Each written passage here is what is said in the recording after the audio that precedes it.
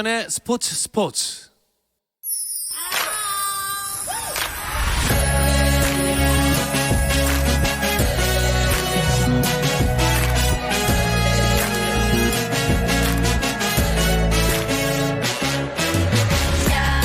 목요일에는 해외 축구 이야기 함께하고 있습니다. 라디오의 발롱도르를 꿈꾸는 랄롱도르 시작할 텐데요. 풋볼리스트 김정용 기자가 취재 때문에 오늘 함께하지 못하게 됐습니다. 그래서 이분을 모셨습니다. 구 목요일의 남자였던 박찬하 축구 해설위원과 함께하겠습니다. 안녕하세요. 네, 안녕하세요. 구목남입니다. 구목남, 네. 표현 좋네요. 네, 지난 10월에 남북전 있을 때 출연하시고 새해가 되고 또 뵙게 됐습니다. 네. 네, 좋은 일만 있으시길 바랄게요. 네, 다들 새해 복 많이 받으시고요. 그리고 KBS 일라디오를 살아가시는 전국에 계신 청취자 여러분들, 그리고 김정현의 스포츠를 또 많이 아껴주시는 예. 청취자 여러분들 다 새해 복 많이 받으시고, 또 저희 제작진이라든가 또 항상 목요일에 함께하는 이영만리 타국에 계신 이건 기자도 네, 새해 건강하시고 예. 모두 다 좀 넉넉해지는 2020년이 됐으면 좋겠습니다. 네, 잠시 후에 이건 기자 만나볼 텐데요. 그 전에 제가 어제 중계하시는 거를 봤습니다. 한복 입고 하시던데요. 네, 입으라 그래가지고요. 예. 네, 또 가끔 그렇게 입으면 좋아요. 왜냐하면은 요즘에는 한복 입을 일이 거의 없잖아요. 그렇죠. 네, 그래서 제가 아직 장가도 못 가고 이래서 한복 입을 일이 없거든요. 오랜만에 입으면 기분이 좋습니다. 네. 어제 새해 인사 굉장히 밝게 하시는 모습 잘 만나봤고요. 자, 그리고 또 이제 이분 만나봐야겠죠. 현장을 한창 누비고 있는 이 박싱데이 주간에 바쁜 이건 기자와도 인사 나누겠습니다. 안녕하세요. 네, 안녕하세요. 여전히 목요일의 남자로 활약하고 있는 여목남 이건입니다. 구목남과 여목남 모셨습니다. 최근에 굉장히 바쁘셨죠? 많은 분들이 바쁘다라고 생각을 하셨던 것 같은데, 이게 손흥민 선수가 지난번에 그 첼시전에서 퇴장당하면서 3경기 출전 정지를 이제 징계를 받았잖아요. 네. 그래서 약간 의외의 휴가를 받게 됐습니다. 그래서 덕분에 사실 이제 손흥민 선수가 소속돼 있는 토트넘의 원정 경기는 따라가지 않고 런던에서 열리는 빅매치, 특히 아스널이 최근에 이제 2경기를 홈에서 빅매치를 펼쳤거든요. 예. 아스널 대 첼시, 아스널 대 맨유 경기를 가면서 나름 여유 있고 나름 조금 편한, 마음이 편하지는 않지만 손흥민 선수 때문에 그래도 나름 좀 보고 싶었던 경기를 봐가지고 좀 편안하게 보냈습니다. 참 영국이나 우리나라다 연말 연시면 참 축구 좋아하고 또 보시는 분들이 많은데 박싱데이 주간에 열리는 경기들이 표가 구하기 어렵고 입장권도 비싸겠죠? 그게 이제 약간 오해가 있는데, 사실 여기 영국의 현지에 계시는 분들은 그렇게 표를 구하기가 그렇게 어렵진 않습니다. 대부분 현지 팬들은 시즌 티켓을 가지고 있거나 아니면 멤버십을 가입한 사람들이기 때문에 이분들한테 이제 보통 경기 그 시작 한 달 전에 티켓이 이제 오픈이 되거든요. 이때 다들 경기를 살 수 있는 우선권이 주어지기 때문에 빨리 사가지고 경기 티켓을 확보를 해놓고요. 이제 다만 이제 EPL이 이제 유럽 축구 인기가 많아지면서 관광객분들이 많이 오세요. 근데 이제 관광객분들이 경기 날짜에 임박해서 사시는 경우가 많아요. 왔는데 예를 들어서 손흥민 선수 경기가 있다, 내일 모레 있다, 이렇기 때문에 그렇게 사시려는 분들이 많아서 이미 티켓은 다 동이 났고, 그러니까 어쩔 수 없이 암표를 이제 사게 되고, 그러다 보니까 이제 많이 비싸게 사는 거죠. 예를 들어서 한 10만 원이 표가 정가인데 그걸 한 30만 원, 40만 원에 산다든지, 아니면 약간 티켓 사기를 당한다든지 이런 경우들이 좀 많이 있긴 합니다. 네, 하여간에 이 암표 참 전 세계적으로 문제인 것 같습니다. 그나저나 박찬하 위원과 이건 기자가 실로 오랜만에 서로 대화를 나누게 되는 것 같은데, 아까 못 들으셨을 수도 있으니까 그 박찬하 위원님이 먼저 새해 이건 기자에게 덕담이라도 한마디 해주실까요? 들으셨을 거예요. 들으셨죠? 기자님. 네, 잘 들었습니다. 들으셨죠? 네. 새해 건강하시고. 네. 예, 이렇게 가름하겠고요. 이건 기자도 한마디 해주실까요? 네, 우리 박찬하 위원 새해에도 더 미모가 열일을 하기를 바라면서 새해에는 좋은 소식 꼭 들려주시고요. 혹시 좋은 소식 들려주시면 여름에 좋은 소식 들려주시면 제가 꼭 참석을 하도록 하겠습니다. 파이팅! 편집 안 되나요, 이거? 생방송이지만 어떻게 못 들어냅니까, 이거? 덕담인데 왠지 다 악담 같은 내용밖에 없었던 것 같습니다. 자, 이제 다시 축구 이야기로 돌아가 볼게요. 토트넘이 26일 박싱데이 전후 11일 동안 열린 4경기에서 1승 1무 2패, 승점 4점밖에 못 얻었습니다. 너무 이건 기자 초라한 성적표 아닌가요? 네, 정리를 잠깐 해드리면 이제 현지 시간 기준으로 22일 첼시전에서 0대2로 지고 26일 브라이튼전에서는 2대1로 승리를 했습니다. 하지만 28일 노리치 원정 가서 무승부 2대2로 비겼고 그다음에 어제 1월 1일 사우스햄튼전 원정에서 0대1로 졌습니다. 이게 무리뉴 감독이 11월 23일에 웨스트햄전 원정 경기에서 이제 첫 경기를 치르고 그 경기를 포함해서 첼시전을 하기 전까지 7경기, 그러니까 뭐 챔피언스 리그 문제 다 포함해서요. 7경기에서 5승 2패를 하면서 나름 괜찮았거든요. 그랬다가 갑자기 1승 1무 2패, 성적이 곤두박질 치면서 상당히 아쉬움이 클 수밖에 없는 상황이고, 뭐 현지 언론도 그렇고 여러 지금 많은 분들이 뭐가 문제다 뭐 이런 식으로 지금 얘기를 하고 있는데 다들 걱정 어린 시선으로 바라보고 있습니다. 네, 박찬하 위원, 이거는 진짜 한국인이라서가 아니라 손흥민 선수의 공백이 영향을 끼친 걸로 보여지거든요. 영향은 끼쳤다고 봐야 되겠죠. 예. 아무래도 뭐 득점에 있어서 좀 해결을 해줄 만한 선수, 중요한 선수가 빠졌으니까 영향도 크고. 그런데 초반 무리뉴 감독이 부임해서 리그 5경기에서 4승을 했잖아요. 예. 그리고 나서 최근 4경기는 지금 승리가 부족한 상황인데 굉장히 큰 차이는 무리뉴 감독이 포체티노의 스쿼드를 물려받은 상태였고 포체티노 감독의 스쿼드가 그렇게 완성도가 높은 단계는 아니거든요. 그리고 현대 축구에 있어서 중요한 또 프리미어리그가 중상위권의 대립이 상당히 첨예하게 일어나고 있는 현재 상황에서 어떻게 수비를 해서 상대가 잘하는 걸 못하게끔 하는데 좀 재간을 발휘하는 팀들의 숫자가 지금 많아요. 예. 자기가 경기를 주도하기보다는 상대가 잘하는 걸 못하게 하고 나서 한 골 차이로 승부를 거는 그런 경기들이 많아지는 상황이라서 토트넘이 가지고 있는 약점은 이제 프리미어리그의 대다수의 팀이 분석을 해서 실제로 토트넘이 잘하는 걸 못하게 하려고 합니다. 네. 그렇게 되면 결국에는 외적에서 방법을 찾아야 되는데 최근에 토트넘 경기를 보셔서 아시겠지만 답이 좀 부족한 아무래도 답답한 포지션들이 몇 자리가 있어요. 지금 답이 없다고 하고 싶으셨죠? 뭐 그렇게까지는 아무리 아무리 안 듣겠지만 네네. 그렇게까지 표현하기는 좀 그렇고 좀 답답한 포지션들이 있죠. 특히나 오늘 한국 시간으로는 오늘 새벽에 있었던 사우스햄튼전 패배를 당한 것도 물론 아쉬웠지만 이건 기자 부상당한 선수가 또 있었잖아요. 네, 지금 가장 큰 이제 이곳 현지 영국에서는 가장 큰 관심사인데 토트넘을 대표하는 선수이자 이 잉글랜드 대표팀의 또 캡틴이자 또 주포인 해리 케인 선수가 어제 사우스햄튼과의 경기 도중에 한 후반 30분에 왼쪽 허벅지에 이상이 생기면서 이 허벅지를 만지면서 결국 교체를 요청을 했고 이제 교체 아웃이 되어서 나갔습니다. 경기 끝나고도 이제 이 무리뉴 감독에게 케인의 상태가 어떠냐 이런 질문들이 많이 갔는데 무리뉴 감독은 일단 검사를 해봐야 된다라고 하지만 이 햄스트링 쪽, 그러니까 허벅지 쪽이기 때문에 항상 그쪽은 문제가 발생하면 좀 결정이 오래될 수밖에 없다라고 이야기를 하고 있고요. 아직까지 이제 검사 결과가 확실하게 나오지는 않았는데 지금 이 현재 언론들은 그 정도로 나갔으면 최소 한 2주에서 3주 그 정도는 최소 좀 못 나오지 않겠느냐. 그래서 지금 토트넘이 뭔가 대안을 찾아야 된다라는 그런 지금 기사들을 계속 쏟아내고 있습니다. 네, 박찬하 위원. 그나마 다행인 건 딱 케인 선수가 부상으로 빠지게 된 이제 다음 경기부터 손흥민 선수가 복귀한다는 겁니다. 그나마라는 얘기를 꼭 해야 될 것 같아요. 예. 근데 지금 상황이 토트넘이 돌을 계속 쌓아 올려서 이제 단을 올려야 되는데 아랫돌 빼서 윗돌에 기고 괴고 이런 상황이면 곤란하거든요. 예. 현 상황이 케인이 있고 손흥민 선수가 있고 이랬을 때 상대에게 더 강한 좀 부담감을 줄 수가 있는데 하필이면 손흥민 선수가 돌아와야 될 타이밍에 또 해리 케인 선수가 장기간 빠지게 될 수도 있는 그런 우려스러운 상황이 벌어졌습니다. 그래서 무리뉴 감독으로서도 고민이 많을 것 같고 또 토트넘이 다시 최근에 약간 흔들리고 있는 상황에서 추진력을 받아야 되는데 과연 이 어려움을 어떻게 극복을 해나가야 될지 손흥민 선수가 좀 어깨가 무거워질 것 같습니다. 네, 이렇게 손흥민 선수의 말씀해 주신 대로 참 그 책임감, 좀 부담감이 클 것 같습니다.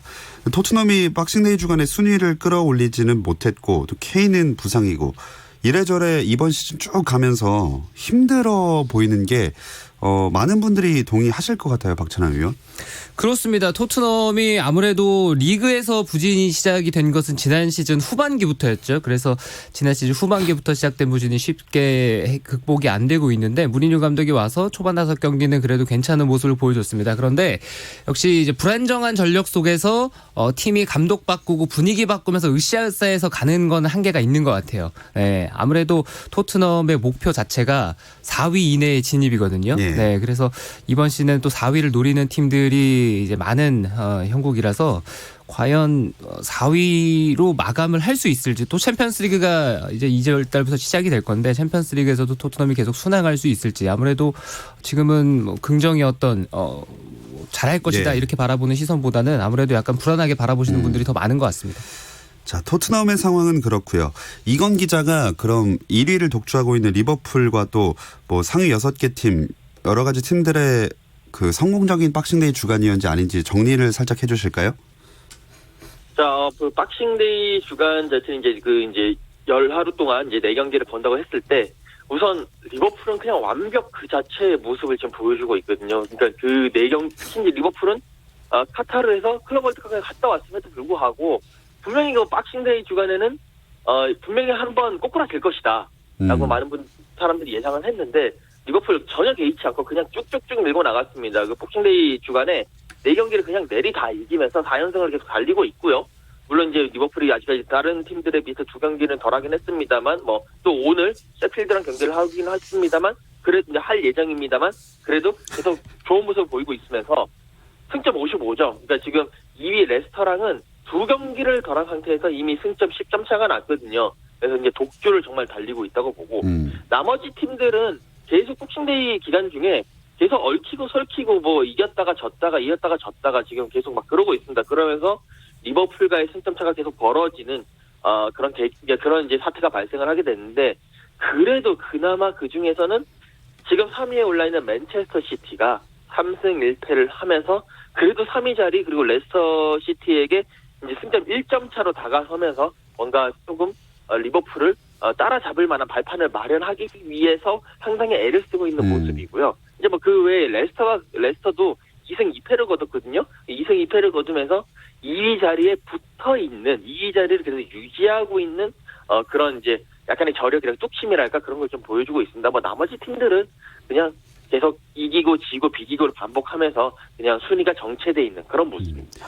자, 이쯤에서 박찬하 위원이 현재 프리미어리그 순위를 한번 딱 짚어주고 넘어가 주실까요? 네, 현재 선두는 승점 55점으로 리버풀입니다. 그 뒤를 레스터 시티가 승점 45점으로 뒤쫓고 있고요. 맨체스터 시티가 44점, 그리고 첼시가 4등인데 36점, 맨체스터 유나이티드가 31점으로 5위, 토트넘은 30점, 울버햄튼도 30점, 6, 7위 기록을 하고 있고요. 셰필드 유나이티드가 29점이니까 4위권 싸움이 상당히 치열하고 예. 네, 1위가 멀찍이 달아나 있고 2, 3위 그룹도 지금 4위권과는 좀 멀어져 있고 1위권과의 격차도 좀 벌어져 있고 네, 이렇다고 봐야 되겠죠. 자, 이렇게 잉글랜드 프리미어리그 이야기를 해봤는데 이번 주말에 FA컵 일정을 치른 뒤 오는 11일부터 22라운드 일정에 돌입하게 됩니다. 후반기에 접어드는 프리미어리그 이야기는 잠시 쉬었다 와서 나눠볼게요.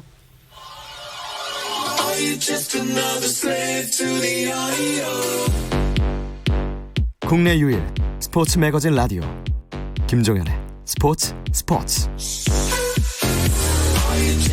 해외 축구 이야기 나누는 라디오의 발롱도르, 랄롱도르 함께하고 계십니다. 자, 박찬하 위원, 프리미어리그는 박싱데이 일정 모두 마치면 쉬어가는 줄 알았는데 FA컵 일정이 있네요. 그렇습니다. 항상 새해 초는 이제 FA컵으로 시작을 하게 되어 있죠.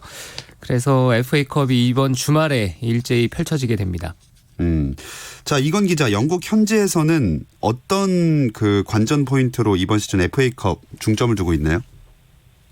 네, 이번 FA컵은 역시 이제 3라운드가 되는데 일단 기본적으로 자이언트 킬링이라고 그래서 하부 리그 팀들이 상위 리그에 있는 팀들을 잡을 수 있을까? 특히 프리미어리그 이제 중하위권에 있는 팀들이 종종 이렇게 2부나 3부 리그 팀들한테 잡히는 경우가 꽤 있거든요.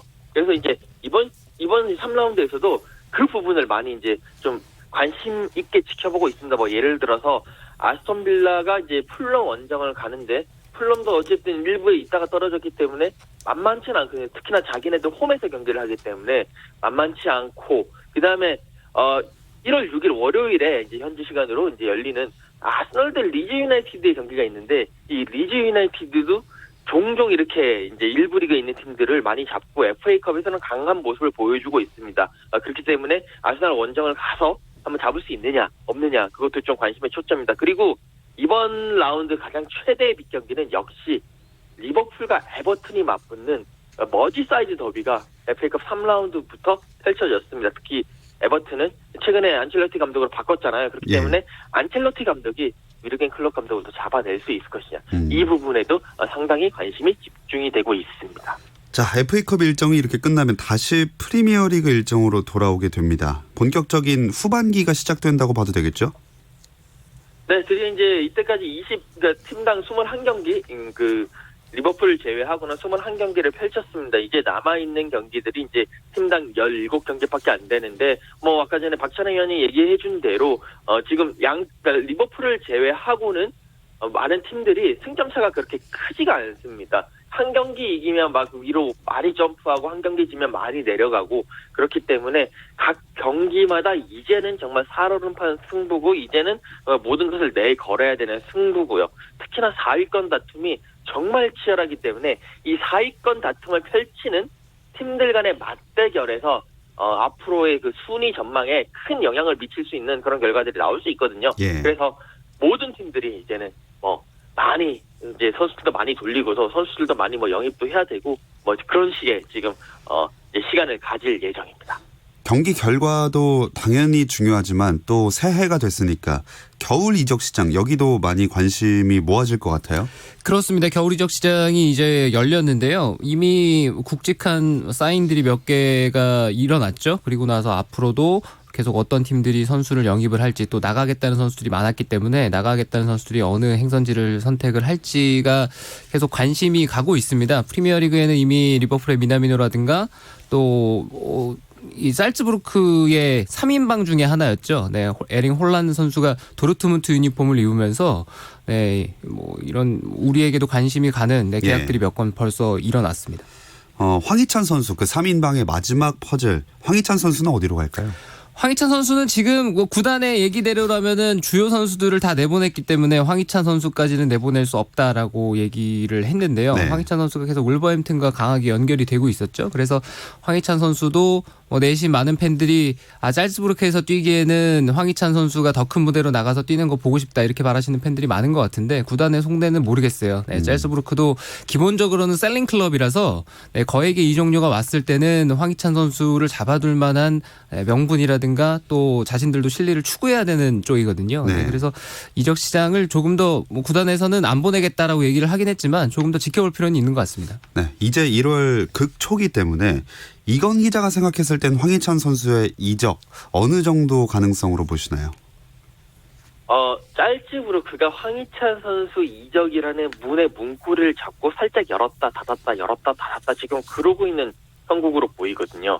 그러니까 분명히 짤츠부르크도 이제 황희찬 선수를 필요를 하긴 하는데 만약에 황희찬 선수를 데려가기 위해서 많은 이적료를 낼 구단이 있다. 그러면 열어주겠다라는 이제 그런 사인을 계속 보내고 있어요. 사실 짤츠부르크 단장이 황희찬 선수 잔류할 것이다라고 얘기한 거는 그 이면에는 잔류를 할 것 같은데 돈 많이 가지고 오면 보내줄 수 있어 라는 메시지가 담겨 있다고 봅니다. 또 이 취재를 조금 해보면 지금 그러니까 황희찬 선수도 다른 이제 팀들과 이렇게 협상을 하고 있다, 여러 가지 얘기를 하고 있다, 조율을 하고 있다라는 이야기들도 조금씩 들려오거든요. 그렇기 때문에 특히 울버햄튼이 약 한 300억 원, 2천만 파운드, 2,500만 파운드 수준의 이적료를 내놓는다면 정말 짤츠부르크 입장에서는 그 돈을 받고 다른 선수를 좀 사오면 되니까 시원하게 보낼 수 있는 그런 가능성이 존재하기 때문에 일단은 그 팀들이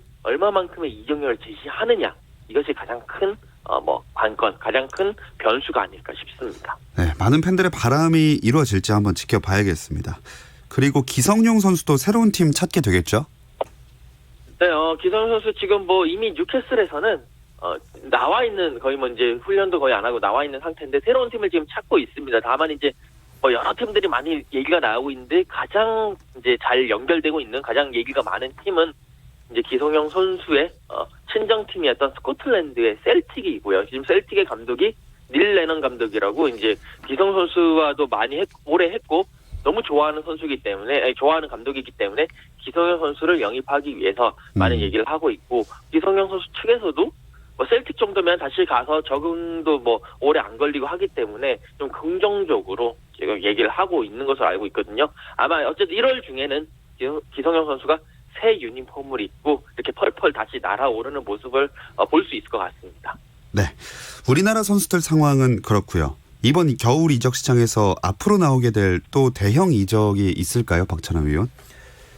이적료의 크기를 어느 정도 가늠하느냐에 달린 것 같아요. 그런데 이적료 최고 이적료 이런 걸 갱신하기는 좀 어려울 것 같고요. 5천만 유로 이상 나오는 이적도 지금 분위기 봤을 때는 쉽지만은 않을 것 같습니다. 네, 하지만 현재로서는 선수들의 시세가 없다고 봐야 되니까 또 어떤 일이 벌어질지 단언하기는 어려울 것 같고요. 네, 제 개인적인 의견은 7천만, 8천만 유로 이 정도의 이적료는 이번 겨울 이적 시장에는 없을 가능성이 좀 크다 이렇게 보고 싶습니다. 약간 소소한 이적들 위주로 이루어질 거다. 소소하진 않아요. 중소한. 네. 제 월급보다 훨씬 많죠. 예.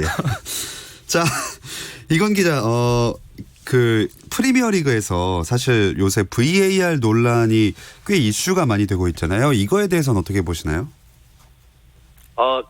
지금 현지에서 특히 어제 무리뉴 감독이 그 얘기를 했어요. VAR이 이제 비디오 어시스턴트 레프리인데 이게 VAR이라고 하지 말고 VR이라고 해야 된다. 비디오 레프리라고 해야 된다.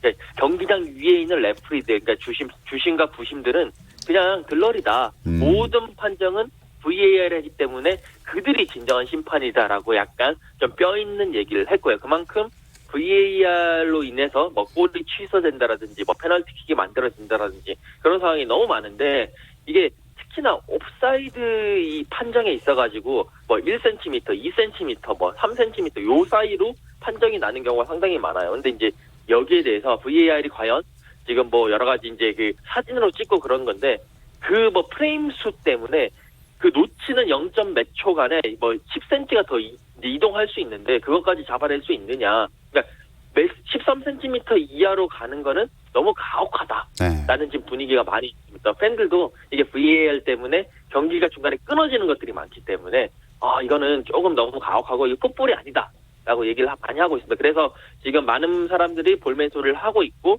리그 사무국 내에서도 서로 내부에서도 서로 검토를 하겠다. 이런저런 얘기들이 많이 나오고 있는 걸로 알고 있습니다. 네, 또 새로운 이 VAR 논란 어떻게 바뀌어 갈지 주목을 해보면 좋을 것 같습니다. 자, 이건 기자는 손흥민 선수 나오는 경기 취재에 가실 텐데 이 경기 소식은 다음 주에 들려주시고요. 오늘은 여기서 인사 나누겠습니다. 고맙습니다. 네, 감사합니다. 자, 마지막으로 박찬하 위원이 우리나라 유럽파 일정 주말에 짧게 짚어주시죠. 네, 주말에 이제 일요일 저녁 11시에 토트넘이 FA컵 64강 미드슬브러 원정을 가고요. 그리고 1월 4일입니다. 토요일 저녁 9시에 발렌시아와 에이바르의 경기가 있습니다. 좋습니다. 오늘 해외 축구 이야기는 이제 유럽파들 일정과 함께 마무리를 해보겠습니다. 오랜만에 나와주셔서 어제 TV에서 뵙고 오늘 또 봐서 너무 반가웠습니다. 네, 저도 오랜만에 참 즐거운 시간이었습니다. 네, 고맙습니다. 감사합니다. 내일도 저녁 8시 30분에 함께해 주세요. 김종현의 스포츠.